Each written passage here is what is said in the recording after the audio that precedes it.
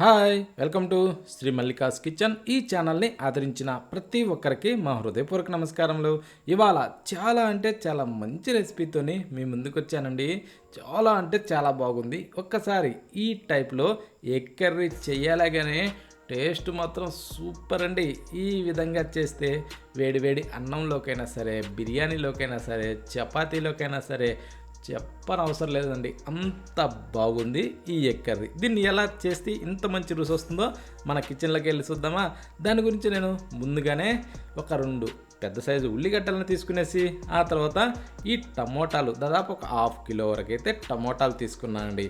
అంటే కొంచెం ఇది ఎక్కువగా కూర చేశాను కాబట్టి దాని గురించి ఈ మోతాదులో తీసుకున్నా అండి. అంటే ఇప్పుడు నేను చేసే కర్రీ దాదాపు ఒక 10 మందికి అయితే సరిపోతుంది, ఓకేనా. అందుకోసం అనేసి ఇంత క్వాంటిటీలో తీసుకున్నాను.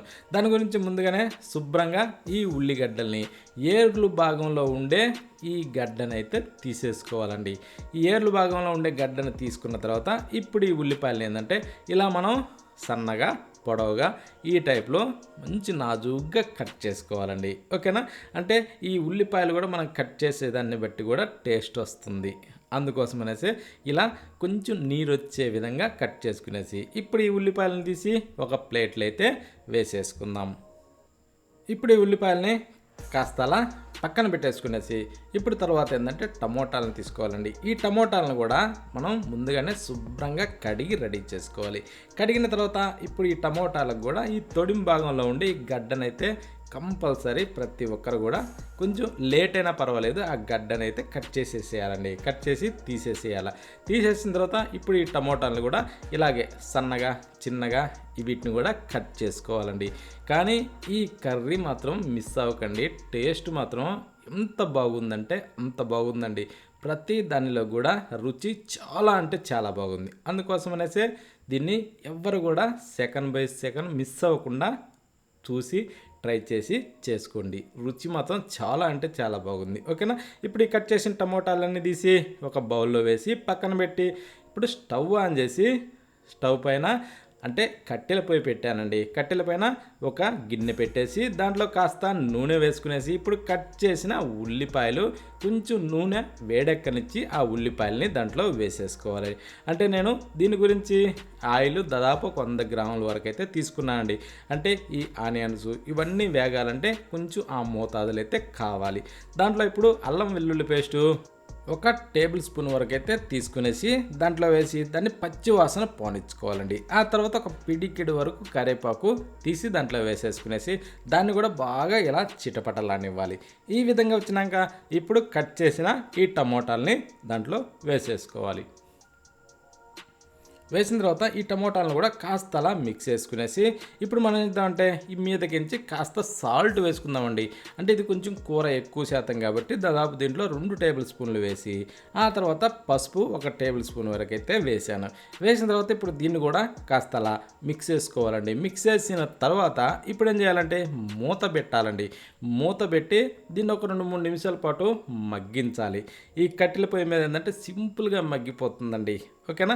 ఒక 2-3 నిమిషాల్లోనే ఇది ఇలా మగ్గిపోతుంది. ఎందుకంటే ఈ టమోటాలు వేసినప్పుడు దాంట్లో కాస్త సాల్ట్ పసుపు వేసామంటే సింపుల్గా మగ్గిపోద్ది. ఇప్పుడు చీరిన పచ్చిమిరపకాయలు ఒక 2-3 వేసుకునేసి ఇప్పుడు వీటిని కొద్దిగా అలా కలుపుకొని ఒక 2 టేబుల్ స్పూన్ల వరకు కారం వేసుకోవాలి. అంటే కొంచెం స్పైసీ తగ్గట్టుగా. ఒకవేళ స్పైసీ కొంచెం ఎక్కువ తినేవాళ్ళు 1 స్పూన్ ఎక్కువ వేసుకోవచ్చు, తక్కువ తినేవాళ్ళు తగ్గించుకోవచ్చు. వేసినాక దాన్ని కూడా ఇలా మంచి కలర్ రానివ్వాలండి. ఒక 2-3 నిమిషాల పాటు వేగనిచ్చి, ఓకేనా. ఇప్పుడు దీంట్లో ఉడకబెట్టిన కోడిగుడ్లు అండి. ఇప్పుడు నేను దీంట్లో దాదాపు ఒక 14 వరకు అయితే కోడిగుడ్లు వేసాను. అంటే కొంచెం ఎక్కువ తక్కువ తినేవాళ్ళు ఉన్నారు కాబట్టి దాన్ని బట్టి నేను వేసానండి. వేసిన తర్వాత ఇప్పుడు ఇలా కిందకి మీదకి తిరిగేసుకుంటూ ఇప్పుడు దీన్ని మూత పెట్టి కాస్త బాగా దీన్ని మగ్గనివ్వాలండి. దానికి ఒక 2-3 నిమిషాలు ఇలా మగ్గిందంటే ఈ కోడిగుడ్లు అన్నది ఈ కొంచెం ఈ పేస్ట్ను బాగా పీల్చుకుంటాయండి. అంటే ఈ టమోటాలు ఇవన్నీ మనం బాగా ఫ్రై చేస్తున్నాం కదా, దీంట్లో ఇది కొంచెం బాగా పీల్చుకుంటుంది. అందుకోసం అనేసి ఈ కోడిగుడ్లను ఒక 2-3 నిమిషాల పాటు మూత పెట్టి మగ్గించుకోవాలి. ఆ తర్వాత మనకి గ్రేవీ ఎంత అవసరమో దాన్ని బట్టి నీళ్లు పోసుకోవాలండి. నేనైతే దాదాపు ఒక చెంబుడైతే నీళ్లు పోసాను. పోసేసి కాస్త ఇలా బాగా కలిపేసి ఇప్పుడు మూత పెట్టాలి. మూత పెట్టి దీన్ని ఒక 6 నుంచి 8 నిమిషాల పాటు అయితే ఈ మనం పోసిన నీటిని కాస్త ఇనకనివ్వాలండి. ఇనికితేనే దీనికి టేస్ట్ చాలా బాగుంటుంది. ఇప్పుడు దీంట్లో కొంచెం ధనియాల పొడి వేసి, లైట్గా గరం మసాలా వేసి, ఆ తర్వాత ఇంట్లో తయారు చేసిన ఈ గరం మసాలాను వేసి, కొబ్బరి పొడి కొంచెం వేసానండి. వేసిన తర్వాత ఇప్పుడు దీన్ని కాస్త అలా తిరగేసుకునేసి మూత పెట్టేసి దీన్ని ఒక 2 నుంచి 3 నిమిషాల పాటు అయితే ఇలా కొంచెం ఉడకనివ్వాలి. అంటే మనం వేసిన పొడులు దీంట్లో దమ్ అనగాలండి. దాని గురించి ఒక 2-3 నిమిషాల పాటు మూత పెడితే కాస్త దమ్ అనిగి మంచి వాసనతోనే గుమగుమలాడుతూ టేస్ట్ చాలా అంటే చాలా బాగుంటుంది. ఇప్పుడు మీదకించి కాస్తలా కొత్తిమీరని శుభ్రంగా కడిగి కట్ చేసి దాంట్లో వేసేసుకునేసి కాస్తలా మిక్స్ చేసుకోవాలి. మిక్స్ చేసిన తర్వాత ఆఖరణ ఒక్కసారి రుచి చూసుకోవాలండి. రుచి చూసి దానికి తగ్గట్టుగా సాల్ట్ ఇవన్నీ సరిపోయినాయా, ఇక స్టవ్ ఆఫ్ చేయడమే. స్టవ్ ఆఫ్ చేసి ఆ తర్వాత వేడిగా సర్వ్ చేసుకొని దేనిలోకైనా సరే తిని చూడండి. టేస్ట్ మాత్రం సూపర్ అండి. ఇలా తయారు చేసి వేడి అన్నంలోకైనా సరే, బిర్యానీలోకైనా సరే, ఇక చపాతీలోకైనా సరే చెప్పనవసరం లేదండి. టేస్ట్ మాత్రం అంత బాగుంది. ఈ విధంగా ఎవరు చేసినా టేస్ట్ మాత్రం సూపర్గా ఉంటుందండి.